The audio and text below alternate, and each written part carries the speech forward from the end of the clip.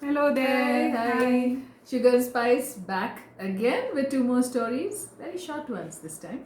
But this is just something to whet your appetites until we have our next live session. Yes. So we're starting today's story slightly different from the usual ones that we've been telling you so far. Over to Deepthi for the first one. So Deepthi. So again, hey everyone. I hope you all enjoyed these stories as you have, so far. I hope all our stories you have given us good feedback and please continue to do so. So let me delve directly into my story for the day. It's actually a true incident which happened in Romania in 2013. It's a I found it very fascinating when I read about it that such a thing could actually happen. So, without creating any more suspense, let me tell you what happened on that cold spring day. Ionella Niaga was a 32-year-old woman. She had her elder child, 13 years old, and now she had just given birth to a baby boy and brought him home after 3 days of hospital stay. She had brought him home, and she had invited her goddaughter, Ankuta, her name was, and she had invited her to help her out with the newborn because she was, as her older child was 13 years old, as I said, she had quite, lost touch. And Ankuta had just delivered a child 6 months before, and she was more hands on with newborn children. So they both decided to give a bath to the baby when they brought him home. And it is such a sweet moment, I'm sure, for every mother. And as Ankuta, she was the specialist, she was the expert. So she was handling the child, and Ionella suddenly remembered something, and she handed over a pair of scissors. She handed over it to Ankuta, saying that cut off the wristband, the name tag on the child's wrist, which the medical department put on the baby's hand. Give it to me, cut it and give it to me. I would like to keep it as a memory. That is when she saw that Ankita was looking a little longer at the wristband. She asked, "What's wrong? Give it to me." So she said, "It's the name. It's not Neaga. Instead of Neaga, it says Stefan." So this completely shocked Ionella, and she was taken aback. She said, "What? I was in the same ward as Ramona Stefan. That's true, but this can't happen." When she took the tag, she realized that it indeed was Stefan. There was the name Stefan written on it. And she immediately didn't know what to do. So she picked up the phone to call up Ramona. Now, a few days back, these ladies had met in the same hospital. They had now Ramona Stefan was a much younger girl. She was only 20 years old, and she had been told by her doctor that she would have a cesarean section because there were some complications in her pregnancy, and she had admitted herself in the hospital a few days back, just to be careful. In you know and In case of Ionella, it was she had few complications in the beginning of her pregnancy. So again, she had got herself admitted the previous day. And on 17th May 2013, both the ladies gave birth to very similar looking children, two baby boys. Their names were Eliane Mehaita Stefan and Edward George Neaga. Now these names, as you see, that I am referring to the book because the pronunciations, the Romanian names are Complicated. Yeah, quite complicated, and I hope I'm pronouncing them right. So they gave birth to these two baby boys. They were so adorable, and Anela immediately uh, took a picture of her baby as soon as baby was handed over to her. whereas Ramona was still feeling a little sick after the sedations, and so they both remember the exact scene where the nurses had come and handed over the babies to them, and they were coincidentally in the same ward as well. Now on the 19th, Ramona was discharged, whereas Ionela had to stay another day, and she was discharged on the 20th.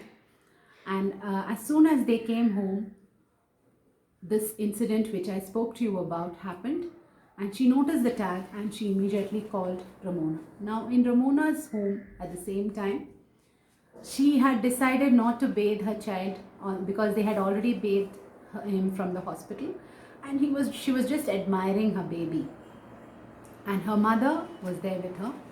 Again, she was assisting her with the child. That is when the phone rang, and as soon as she spoke on the phone, she asked her mother to check the tag on the baby's hand. Her mother was confused, like why would somebody do that? Maybe she didn't understand what was wrong. When she checked and she said, Neaga, it says Neaga. And that is when the whole thing, just dawned upon them that the babies were actually switched at birth. Now, this thought was more strong in Ionela's mind than Ramona's, because Ramona, as soon as she saw the baby, she always felt that he looked just like her. So it was very difficult for her to digest the fact that this had happened. But Ionela just couldn't accept the fact that she couldn't live with this uncertainty. So they immediately, both of them, they went to the hospital. But as expected, the hospital staff refused to admit that such a thing had happened. They even said, just look at the babies, they look so much like you. The tags would have got exchanged. The mistake must be on the tags, but definitely the children are yours. Don't have any doubt about that. There will be no such incident ever has happened in our hospital. It will never happen. They did not admit to it. So again, this thought was so disturbing. You can imagine, any mother can imagine that, when you have your baby in your hand and you are doubtful whether it is your own baby, how traumatic that can be. So Ionela just couldn't take the trauma anymore, and she said, come what may, I want to go in for a DNA test. So she decided with her husband that they will be going for a DNA test with the child she was nursing, she was taking care of. It was a very difficult decision for them, but she had to do it. She went in for the DNA test, and it would take some time. It would take a week or so for the results to come. So she impatiently waited to know. And when the day when the results were supposed to be out, she was literally praying. By then she had grown, fond of the baby. And she was praying that, let the child be mine, So, but that did not happen. The DNA results said 0, which means the child was not theirs. Now it was Ramona's turn. And somehow, even after coming to know that Ionela's DNA test was, showed negative results, she just couldn't come to terms with the fact that the child she was holding was not hers. She thought maybe it must have got mixed up with some other child in the same hospital. It could have happened. But the fact was, only another baby girl was delivered on the same day. But she was, she was finding it so difficult to believe, because, she felt the child actually resembled. And as you know, newborns, they do look alike. There is a lot of similarities. You really can't. I've seen a lot of people saying she looks exactly like the parents, but you can't really figure out at that age. But somehow Ramona was finding it difficult to digest the fact. And after a lot of thinking and a lot of confusion, and even a few days passed by like that, and Ramona finally decides that I'm going to do a DNA test too, but with both the babies. And that DNA test proved that the child that she was nursing and she was feeding and taking care of for so many days was not hers either. The children had actually been switched at birth. This article itself is called Switched at Birth, and it is something unbelievable, but it actually happened. And the trauma that these two mothers went through in this 1 month, it took exactly 1 month. The children were born on the 17th of May, and by the time all the test results and the clearances, everything happened, and these mothers got their children back was exactly 1 month later. And we all know as women, within a month, the attachment and the love and the fondness that you have for your newborn child, it just can't be explained in words. So they had undergone this whole trauma for a month, and even after they got their own children back, it was not at all easy for them to adapt.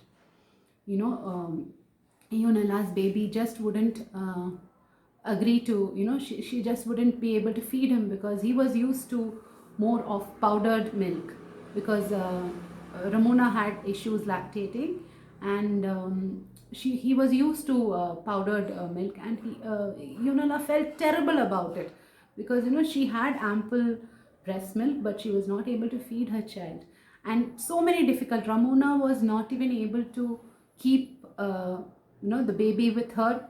She was not even able to be with the baby for a long time. She was forcing herself, but she wasn't able to. So her husband had to literally take care of the baby for the first month till she slowly adapted to it. So this happened, and of course the doctors were depromoted, and the nurses got a pay cut, and there were a lot of punishments, and as you know, the laws are very strict regarding these things, and this is a medical negligence which just should not happen. It's not even like any other case, and this actually happened. And the children, the best part I felt about this story was that even later, even as the children grew up to be toddlers, they made it a point, these mothers, they understood each other. They made it a point that they visited each other with their babies, and now these two are the best of friends, and they still see each other and they play with each other. And even there is an incident which Ramona says that if Ellie is upset and he's crying, the second we enter Yunila's house, he calms down. That's such a sweet sentence, which it's so beautiful. And they say, there must be some connection somewhere that such a thing happened. And they are, touch wood, they are living happily. But it is such a beautiful incident which I felt. It's very, very relatable. A mother's joy and a mother's trauma, you can really relate to it. So that is, this is not really a story, but I thought it would be nice to just share with you all. Something that started off so badly but ended so well. Right, it was meant such to happen. Right, exactly. Beautiful story. It was really nice. And yes, so over to you, Shrija, to your story. All right, time for my story, and this one's called Going Home. Now, I usually give you the source of the stories that I narrate on this platform, but this particular story is one that has been told and retold so many times that we really have forgotten the original source. And when I say it to you, you will figure out why I'm saying this, because I'm sure you would have seen movies on the same, you would have heard different versions of the story. So I'm going to give you the version of the story that I remember, maybe add little bits which I feel belong to the story. But it's a beautiful story and I do hope you enjoy it. So here goes. It's called Going Home, and the story begins on a bus journey. So you have this bus load of people, mostly youngsters. So as you know, when there are young people on a bus, there's a lot of laughter, there's singing, there's even drinking beer on the sly and things like that happening on the bus, and everyone's having a lot of fun. Just a couple of other slightly older people, and there's one stranger that catches the eye of all these young people. He's a man older than them, you could say in his 40s, a very dignified, and I'd like to say a very good looking, handsome stranger. It always adds that little bit of pep to a story. So here was a stranger who, in spite of the jolly mood around him, was lost in his own thoughts. He kept looking out of the bus window, staring at the passing landscape without a smile on his face. In fact, on close observation, you would see that he was extremely stressed. His expression looked very tight, his features were pinched. It was like he was thinking about something which was giving him a lot of anxiety, and he didn't participate in the general discussions that were happening all around him. So this went on for a while, and then these youngsters started discussing pleasant anecdotes from their lives, sharing jokes and so on. And slowly they tried to draw this gentleman into their conversation. So they came to him and they said, "Why don't you tell us something about yourself? You've been silent so far." And they were discussing their love lives, they were discussing all kinds of romantic episodes, and they said, "What about you? I'm sure there's something that you'd like to say."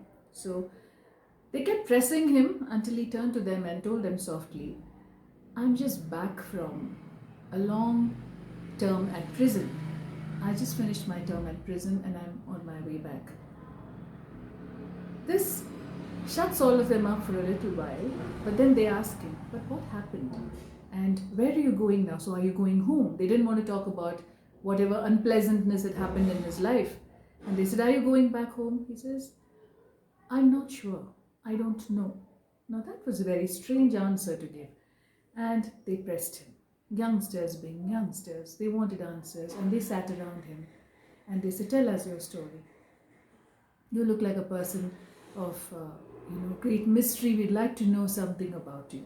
And looking at all their friendly faces, the stranger felt he should share maybe something from his past. And so he started off. He said, "I was once in love, extremely in love, with a pretty girl, like I'm sure a lot of you are right now on this bus." And so they all said, "Okay, now this is a romantic story. We want to hear more about it." He says, "Yes, I courted this girl for quite a few, maybe 2 or 3 years, and then I proposed to her." So one of the girls asked him, "So how was your courtship period? I'm sure it must have been very interesting. What did you do to win her heart?" So he said, "Well, I don't remember the things I did to win her heart, but there was one code that we had where we would meet. There was this tall tree in the middle of a very beautiful field, a beautiful meadow. And the code that we had was that if we had to meet the person who would come and wait would tie a yellow ribbon on one of the branches. So this was left there, and the other person would watch out for this, because those were the times when we didn't really find time to get together, that easily. So once a ribbon was tied, maybe in a couple of days after that, we would meet. So that was a secret code that we had. So this was something which everybody found very, very romantic and sweet. And they said, "How lovely. So what happened? So did you marry the girl of your dreams?" He said, "Yes, I married her." And this lovely smile spreads across his features. And for the first time, they realized what a handsome man he was. But then they again get stern and he says, "Yes, I married her. We lived together for just a year and a half." And then what happened? They wanted to know. Now they knew that he was coming to the dark part of the story. He said, "Well, I had to visit another town on business, and it was one of those strange things that happen when you least expect it to happen in life.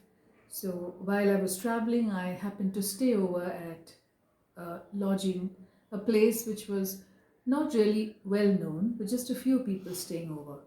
And I shared the room with a stranger.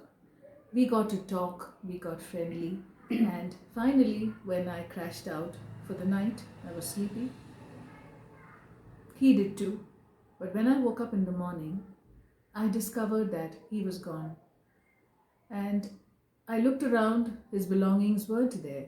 And just when I realized that he had left without, saying even a word of, bidding me goodbye, I heard somebody knocking on the door of the room, and when I opened it, I found policemen there.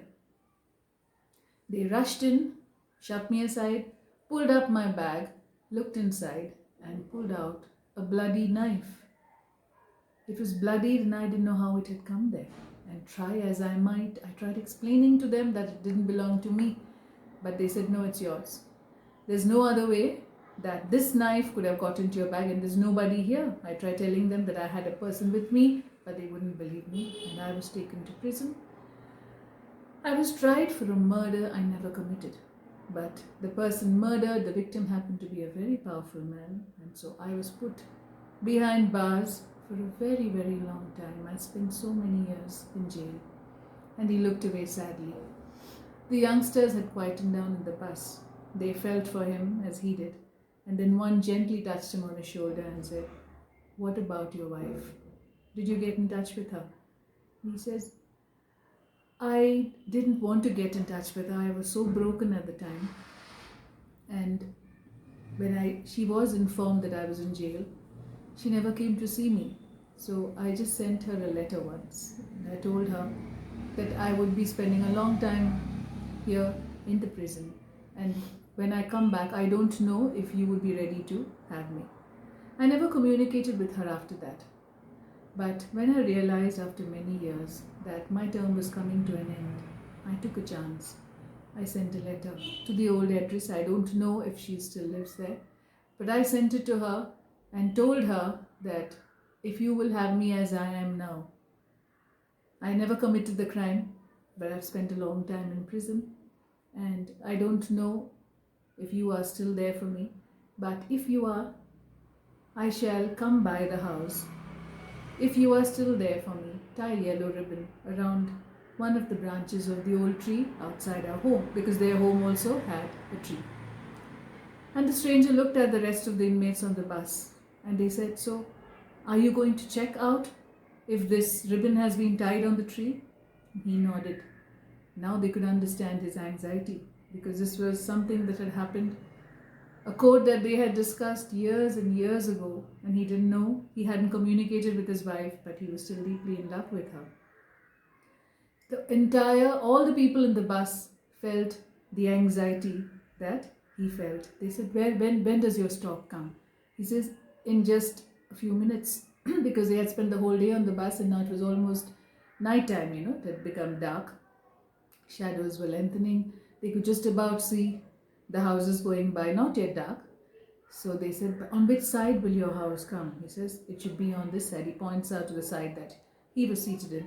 And all of them moved to that side, of the bus, because they were all very eager. They said, "I'm sure you'll find the ribbon. I'm sure you'll find the ribbon and you'll be able to go home." He says, "Yes, if I don't, I won't have a home to go to, And they all sat there praying and hoping for the stranger whom they had bonded with in just a short journey, which happens so often with us, yes, when we journey together.